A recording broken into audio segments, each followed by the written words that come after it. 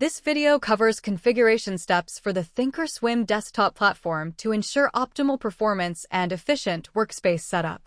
First, we need to increase the memory allocation. At the bottom of the login screen, you'll see a gear icon. Go ahead and click on that. This is one of the most important tweaks you can make. By default, thinkorswim is set to use only 1,536 megabytes of RAM.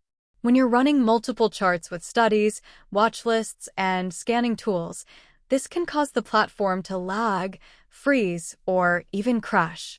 A good rule of thumb is to allocate no more than 40 to 50% of your total RAM to thinkorswim, so your system stays responsive while running other applications. You can adjust this based on your computer's available RAM. If you have 8 gigabytes of RAM, use 3072. If you have 16 gigabytes, use 6144. If you have 32 gigabytes, use 12,288. If you have 64 gigabytes, use 24,576. The key is to give thinkorswim enough memory to handle all your data smoothly without bogging down your entire computer. Once you've adjusted the maximum value, click Save, and we're ready to log in.